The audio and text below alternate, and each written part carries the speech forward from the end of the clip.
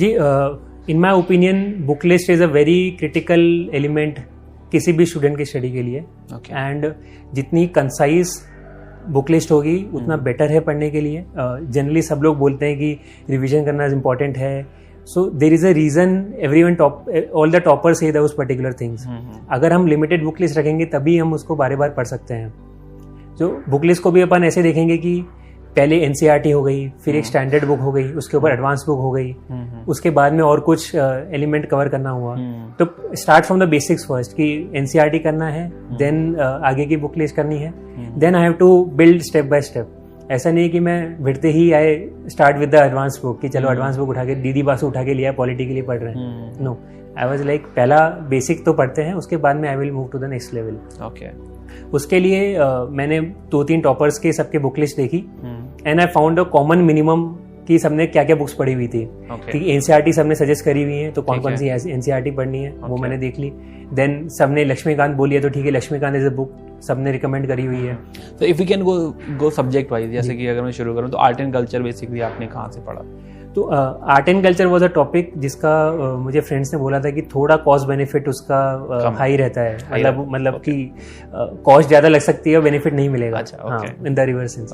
तो I did the reverse learning approach उसके अंदर। मतलब I went to a coaching, वहाँ पे सर जो पढ़ाते थे क्लास के अंदर उतना बेसिक कवर कर लिया and then whatever the questions I am doing from quiz वगैरह उनसे I use to reverse learn कि जितना मैंने पढ़ा है दैट आई विल डू।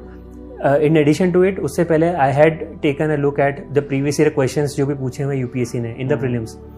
वो देख लेते हैं कि which type of questions they ask. तो देयर आर सम की टॉपिक्स लाइक बुद्धिज्म के ऊपर क्वेश्चंस पूछे जाते हैं, या बुद्धिज्म जैनिज्म हो गया, या आर्ट एंड कल्चर पे फोकस ज्यादा रहता है। उसके अंदर भी से कोई आर्किटेक्चर हो गया या केव हो गई, या जैसे लास्ट ईयर हमारे टाइम पे बनी सैंड पेंटिंग का पूछ लिया था। तो इस टाइप के मैंने थीम्स पकड़ लिए कि पेंटिंग एक थीम हो गई, लिटरेचर एक थीम हो गई, तो इस थीम्स के अपन इंपॉर्टेंट चीजें कवर कर लेते हैं। अगर ये पूछी जाएंगी तो आई कैन आंसर, नहीं तो I will safely leave that question. Okay, but did it help? मेरे ख्याल से नंबर का सवाल कुछ ऐसा आया था। आई थिंक बनी ठनी का क्वेश्चन आया था, तो वो प्रीलिम्स हमारे साल वाले प्रीलिम्स में आया था, तो it help also. Okay, then moving on to history के लिए I always focused on building a narrative in my mind first. Okay, कि वो टाइमलाइन दिमाग के अंदर सेट होनी चाहिए। उसके बाद में इंटरेस्ट लेके अगर पढ़ते रहेंगे तो बाकी जो डेट्स हुई या स्पेसिफिक चीजें अगर प्रीलिम्स पॉइंट ऑफ व्यू से देखें, फैक्ट्स एंड फिगर्स वो अपने आप रिकॉल हो जाते हैं। ये इंपॉर्टेंट डेट्स होती हैं कि कौन सा मूवमेंट कौन से ईयर में हुआ था, या कौन सा गवर्नर जनरल कौन से वाले टाइम पीरियड में था, जो भी इंपॉर्टेंट होंगे वो अपने आप याद हो जाते हैं। हिस्ट्री के लिए कोई स्पेशल बुक रेफर करें? तो हिस्ट्री के लिए जो बिपिन चंद्रा एनसीईआरटी है वो मैंने पढ़ी थी। उसके अलावा मेरे जो क्लास नोट्स थे वाजीराम वाले वो मैंने देखे थे। एंड स्पेक्ट्रम जो बुक है उसकी मैंने सिलेक्टेड रीडिंग करी थी। जो जैसे टेबल्स दे रखी है एंड के अंदर, या फ्यू टॉपिक्स इधर उधर देख लिए, बिकॉज वो स्पेक्ट्रम भी थोड़ी एनसीईआरटी की काफी चीजें उसके अंदर डाली हुई है, तो वो पढ़ना जरूरी नहीं समझा मैंने। आई थॉट कि जो एक्स्ट्रा इसके अंदर दे रखा है वो कवर करते हैं। तो this was my approach for history. Then geography कैसे किया आपने? Geography my main focus was the NCERTs of class 11th and 12th। And उसके पहले मैंने लोअर क्लासेस की एनसीईआरटी भी देखी थी only for geography, just to get a look at it. तो 6th-7th क्लास तो काफी नॉर्मल था, इतना हाई लेवल चीजें नहीं थी। If we see the NCERT, so 9th and 11th की NCERT are on similar themes, वो इंडिया स्पेसिफिक हो जाती है। एंड 10th एंड 12th वाली थोड़ी ह्यूमन ज्योग्राफी साइड वाली चीजें ज्यादा आती हैं। तो 9th एंड 11th फिजिकल है, and 10th and 12th human geography वाली है। तो मैंने उन पे फोकस करा कि I will only read NCERTs.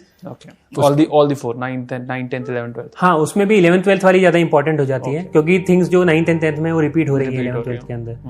And geography के लिए मृणाल सर के वेबसाइट पे राज तनिल मैम के फिजिकल ज्योग्राफी के लेक्चर्स है, तो उसका मैंने स्लाइड्स का प्रिंट आउट ले लिया था।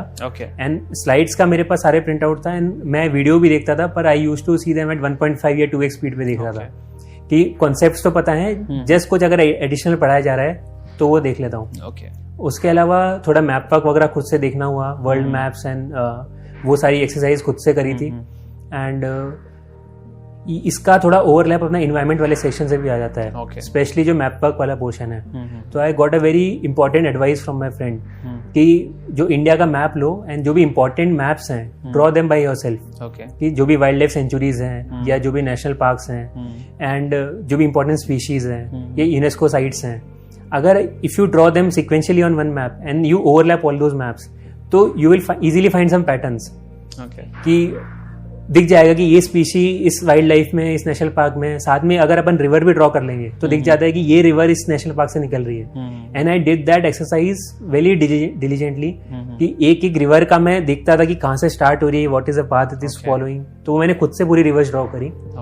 तो it very help me a lot in my prelims to get that understanding कि कहाँ पे सेंचुरीज इंपॉर्टेंट है, कहाँ से कौन से रिवर जा रही है, विच बायोस्फीयर रिजर्व्स इट क्रॉसेस। तो ये बहुत ज्यादा टाइम नहीं लगा इसमें, मतलब ज्योग्राफी टाइम लगा था, but if you see the PYQs again, previous question अगर अपन देखेंगे तो इस तरह के क्वेश्चन यूपीएससी ने बहुत पूछे हैं। Wild life sanctuary, national parks, reverse, biosphere reserves, ये बहुत यूपीएससी ने पूछे हुए हैं। तो जो उन्होंने पूछा हुआ है वो तो लीव नहीं कर सकते हैं, तो एटलीस्ट उतना तो कवर कर लेते हैं, इसलिए मैंने एक्स्ट्रा इस पे एफर्ट डाला।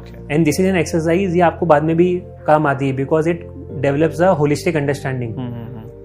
काफी टॉपिक्स के एनवायरमेंट में भी हेल्प हो रही है, ज्योग्राफी में भी हेल्प हो रही है, थोड़ा आपकी आंसर राइटिंग में मैप वर्क भी इंप्रूव हो रहा है, इवन मेंस के लिए भी इसका आप यूज में ले सकते हैं। तो I did all these exercises. And then polity फिर कैसे पढ़ी आप? पॉलिटी के लिए मैंने 11th की जो Indian constitution at work NCERT एक बार देख ली थी। उसके अलावा क्लास नोट्स जो मेरे वाजीराम के थे वो काफ़ी हेल्पफुल थे। उसके अलावा लक्ष्मीकांत बुक तो मैंने पढ़ी थी, but I never try to cram polity की सारी चीज़ें रट लेता हूँ। So when I started studying polity I used to take active interest, क्योंकि जैसे पहले मैंने बताया मेरा कभी इस साइड में इतना इंटरेस्ट रहा नहीं था स्कूल टाइम से।